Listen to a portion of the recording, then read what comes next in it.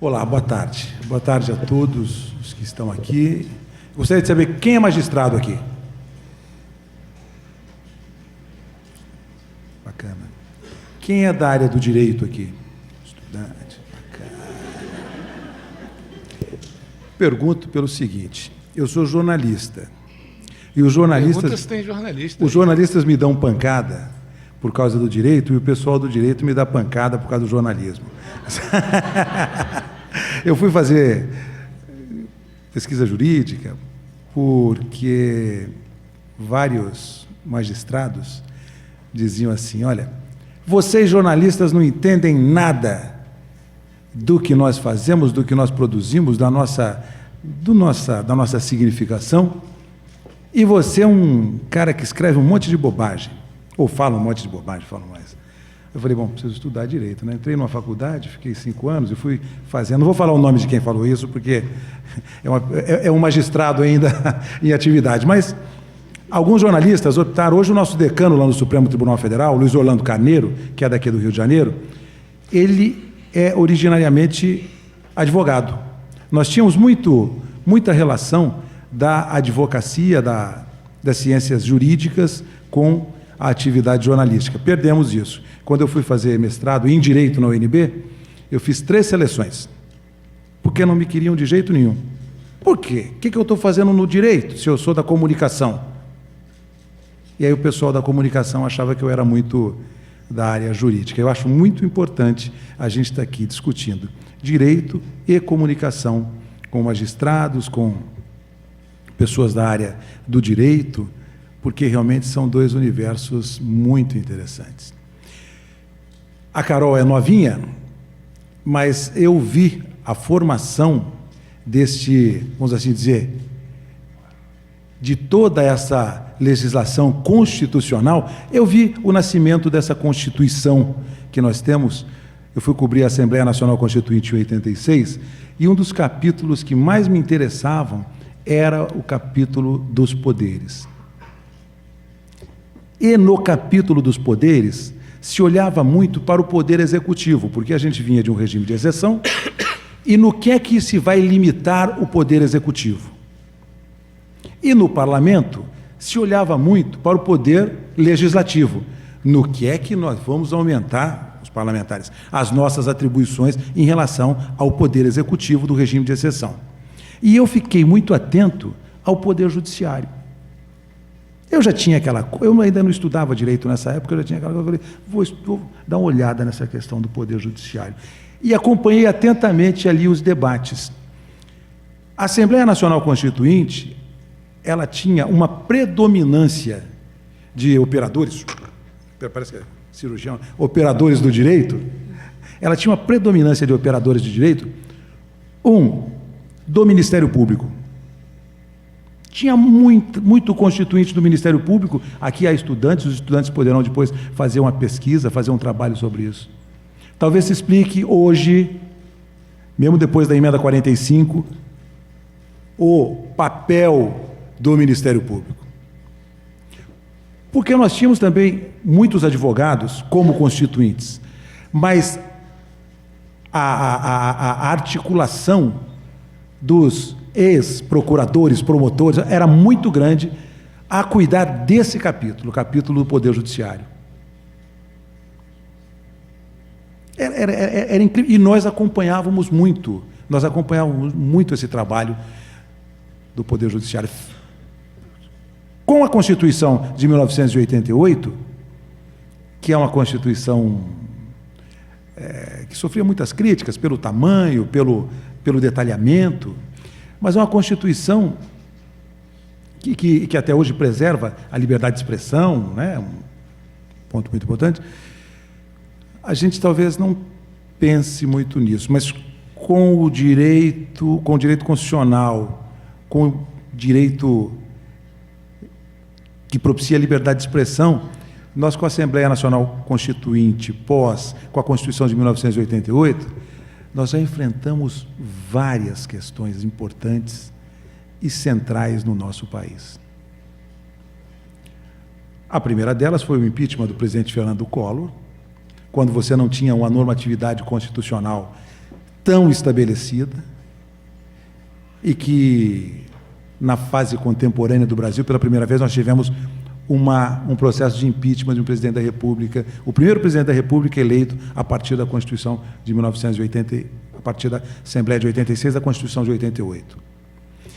E era interessante, porque naquele processo todo de construção, inclusive construção normativa, nós jornalistas e nós do direito tínhamos algum ponto de compreensão, porque nós estamos hoje numa situação complicada da compreensão para com a opinião pública. O doutor Roberto Marinho dizia o seguinte: o nosso compromisso é com a opinião pública. Milor Fernandes, um outro jornalista, dizia o seguinte, vocês conhecem? Dizia o seguinte: a imprensa só não pode ser um armazém de secos e molhados, a imprensa é de oposição. Duas visões de duas figuras centrais da imprensa. Nós conseguimos, com essas visões, com a mudança da Constituição, enfrentar um processo de impeachment e fomos ali.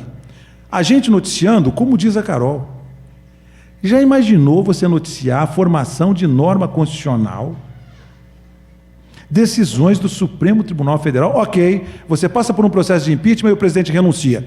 Prossegue ou não? O presidente da Suprema Corte é presidente da Corte para efeito de impeachment. Ele pode o quê? Há recurso das decisões dele? Nós vamos discutir isso depois com a questão do ministro Lewandowski em relação aos direitos políticos da ex-presidente Dilma.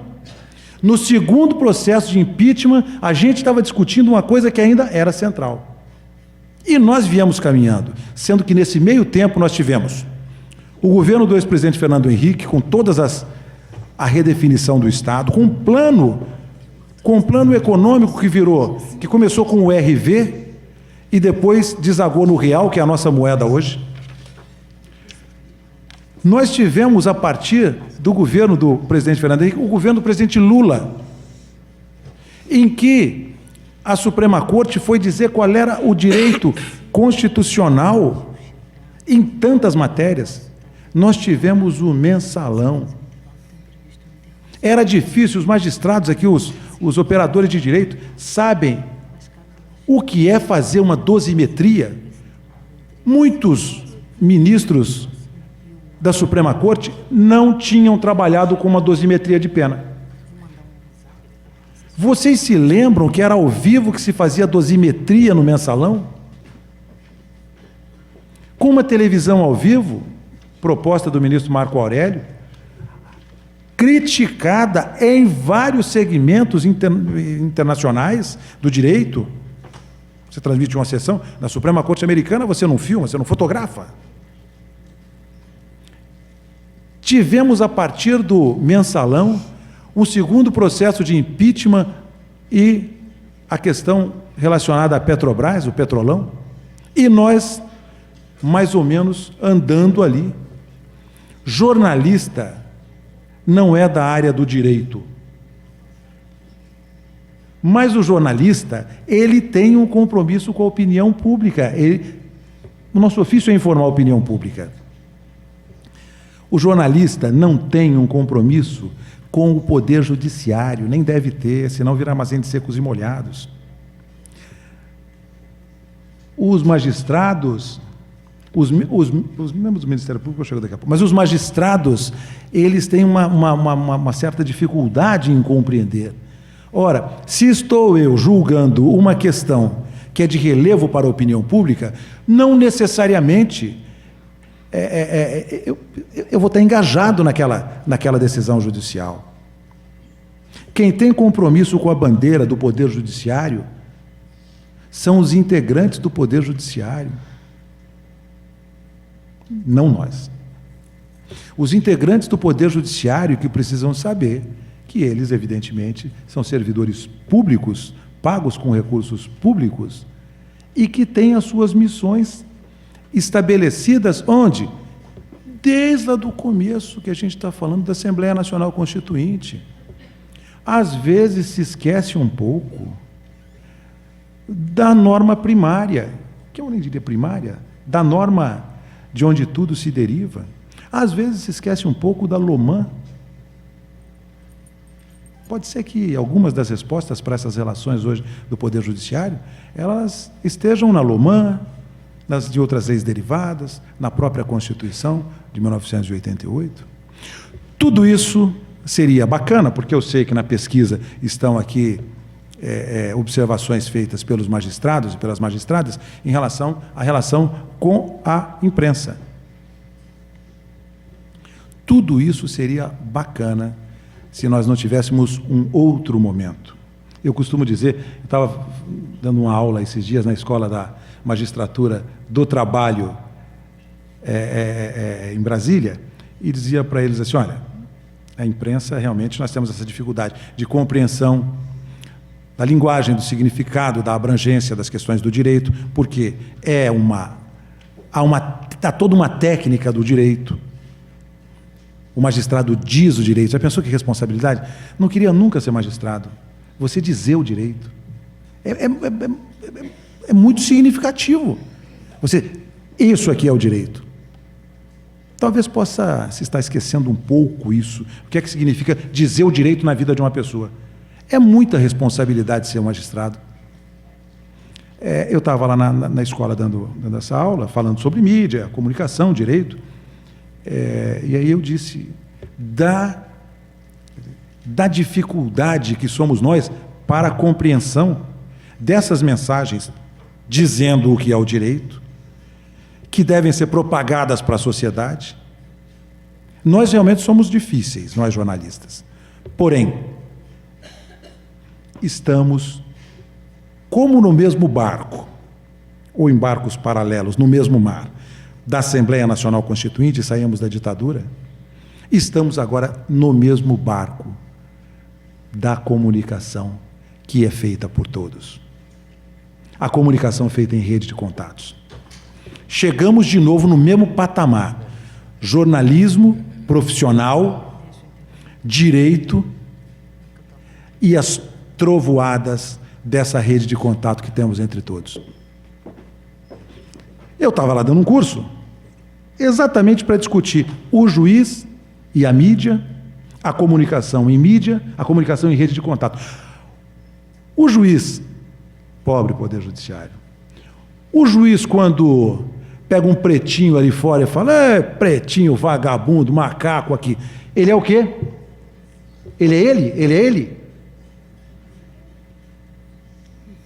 Ele é também o Poder Judiciário, pobre Poder Judiciário. E quantas pessoas intolerantes tem na família da gente? Imagina numa estrutura com o tamanho do Poder Judiciário.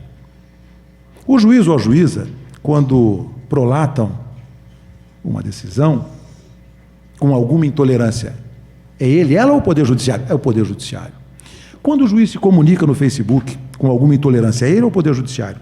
É o Poder Judiciário. Na imprensa profissional está tudo certo, né? Fácil. Na imprensa profissional é tudo certo. Você tem os códigos, você tem a empresa, eu costumo dizer, você tem o CNPJ. E nas redes de contato? Pode o juiz ter rede de contato? O CNJ começou uma discussão, começou um debate. O ministro Salomão, os tribunais, começou um debate. Porque e a Constituinte de 86 disse? A Constituição de 88 disse? O Lênio estava dizendo aqui, uma maravilha, criar direito é uma maravilha, né? A criatividade no direito...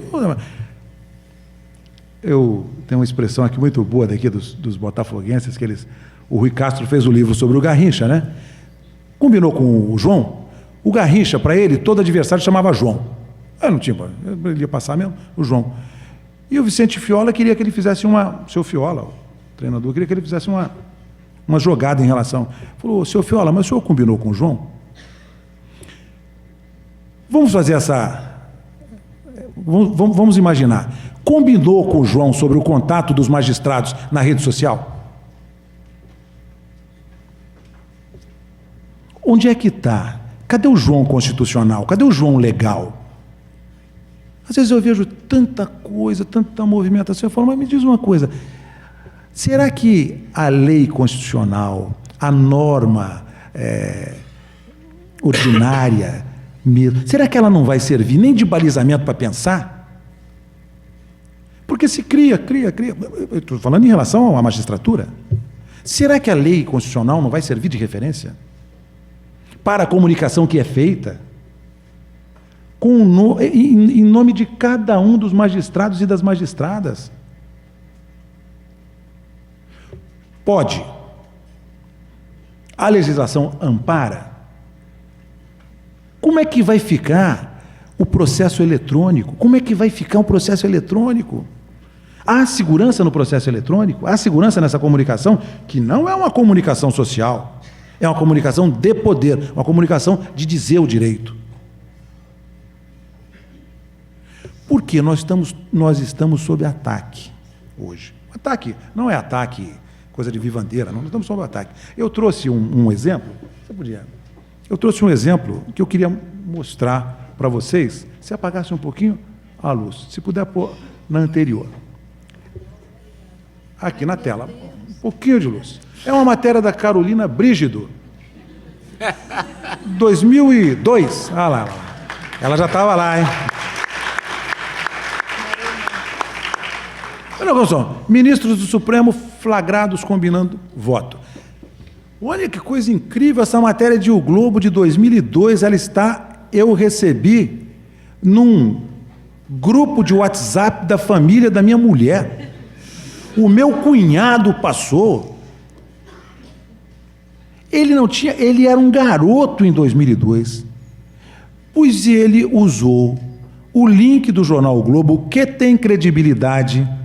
Ao contrário, os jornais, a imprensa profissional tem uma credibilidade, ao contrário das redes sociais, porque as redes sociais são redes de contato. Ele usou o link para dizer o seguinte: esse negócio de combinar voto não é de agora. E isso está sendo usado agora. Isso vem em detrimento da magistratura, em detrimento da comunicação social, para uma situação de fato de discurso político. Como é que você pode pegar uma coisa lá de trás, trazer para cá com a chancela da Carolina Brígido? Aí você vai falar, não, tá certo, Carol, os mesmos combinam o mesmo voto. Ali, ó, fotografando, você vai ver que eles combinam o voto. Eu estava quase convencendo os juízes a dar entrevista para a gente depois, agora o senhor acabou com tudo. É porque eu tenho já esse debate, essa comunicação, e os jornalistas aí me lascam. CNJ me chamou para dar uma aula sobre esta questão, acessar ou não as redes sociais. E o especialista foi lá e disse o seguinte: olha, mas os juízes estão compelidos a acessar, a ter Facebook, a ter essa coisa toda, todas essas coisas de rede social. Então não tem jeito. Ou você ocupa esse espaço, ou você fica fora da questão de poder. E eu fui falar depois, o cara sabe tudo desse negócio aí. Falei, tá bom. Mas eu queria só deixar uma mensagem para os juízes naquele momento. Primeiro, a do Mané Garrincha. Será que você já combinou com o João? Está na regra lá do João? Isso é, está no regramento constitucional ou infraconstitucional? Está no seu regramento porque você é um agente público? Vou falar em princípio. Princípios da administração.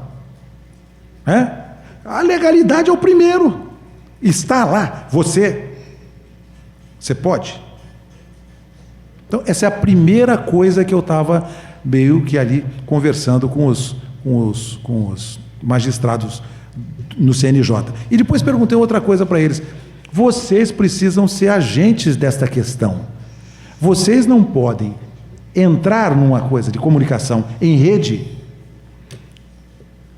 quando vocês são agentes públicos, quando vocês dizem o direito, e de que maneira que vocês vão entrar. Eu não estou falando nem da comunicação social, comunicação profissional, que somos nós, eu e a Carol aqui. Vocês precisam saber disso, vocês têm esse poder. O poder no CNJ, o poder no tribunal, o poder da discussão. Porque este é apenas um dos ataques daqueles agentes aos quais o Lênio se referiu aqui, que vão na busca pela desconstrução do edifício. Vocês são um edifício.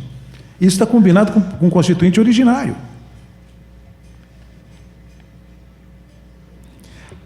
Esse debate aqui é um debate para reflexão e para produção de massa crítica e de massa de ação que vocês vão ter.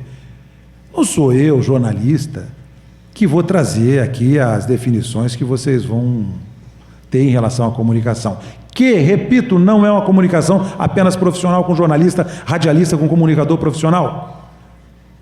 É uma comunicação talvez com robô. É uma comunicação com quem você não sabe.